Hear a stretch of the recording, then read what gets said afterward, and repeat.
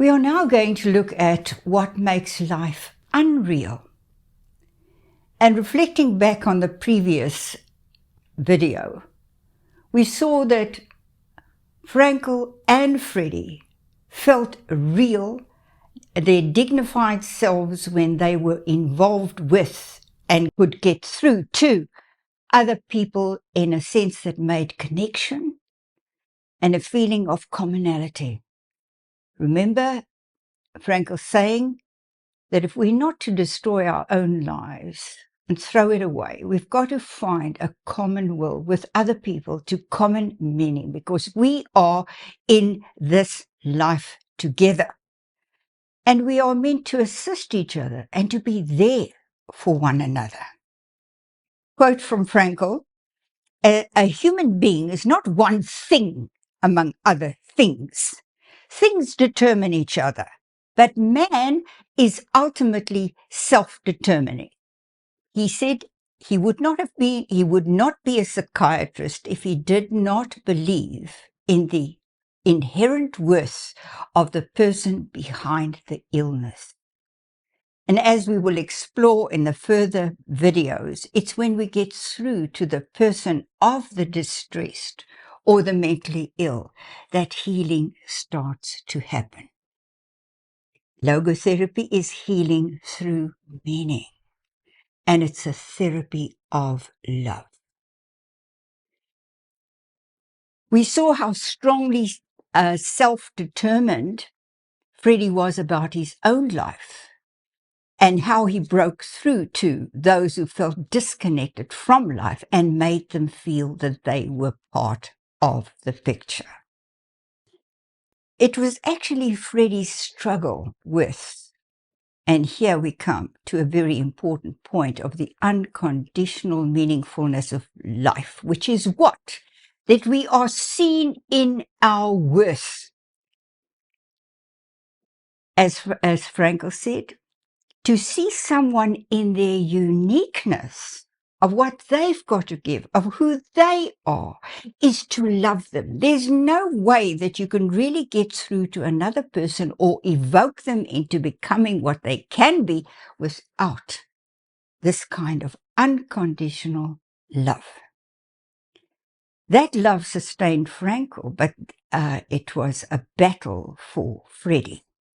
He had the unconditional love of his mother, but his father remained distressed about Freddie. We could say that he must have picked up early signs of Freddie's gayness, but was won through to the kind of person that Freddie in the end turned out to be.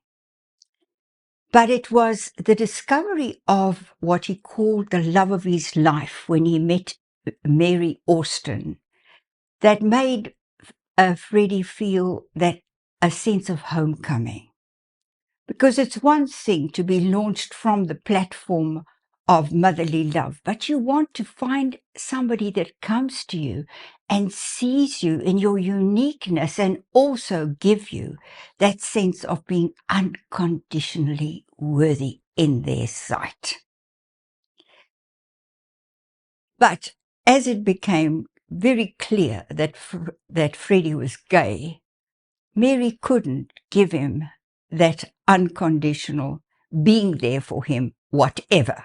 She had her own life that she wanted to lead. And this hurt Freddie very deeply. He recorded it in his song, "Love of my life, you've hurt me. You've broken my heart, and now you leave me.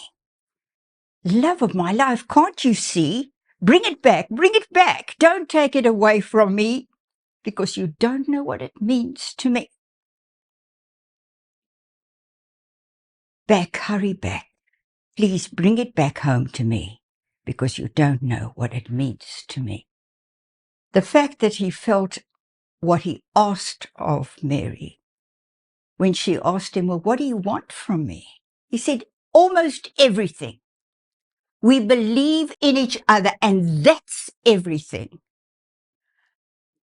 When he felt he lost that, he really slipped into a phase of homosexual indulgence, drug and alcohol.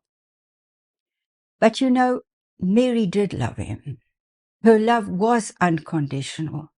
And she was the one who searched him out. If you look at the film Bohemian Rhapsody, there's a wonderful portrayal of their relationship. She sought him out when he was really down and out. And there was the occasion of the Live Aid concert, which Queen could have performed at, but Freddie had broken from his band and had fallen into this very destructive lifestyle. And she came to call him back, and she said to him, these people that you're associating yourself now with, they don't love you. They don't care for you. Come home. I love you. Your band members love you. Come home. Which is what he did.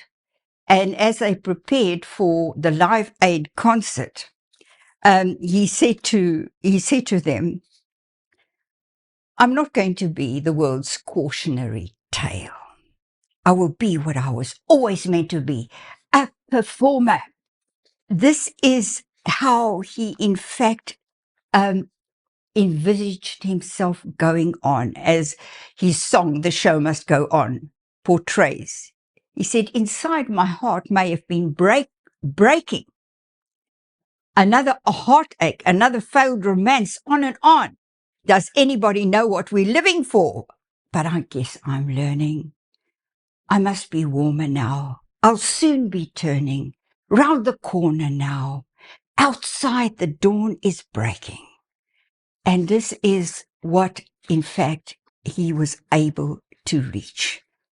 And his last cry is the one that I want to leave you with, because we can make the unequivocal statement that without love, no one can feel worthy. And if you don't love life, nor can you experience it as worthy. In his song, Somebody to Love, he said, somebody, oh, somebody, can anybody find me? Somebody to love. I try and I try and I try, but everyone tries to put me down. But I've got no feet and no rhythm the way they are condemning me. I just keep losing my beat. And he said, but I am not going to face defeat.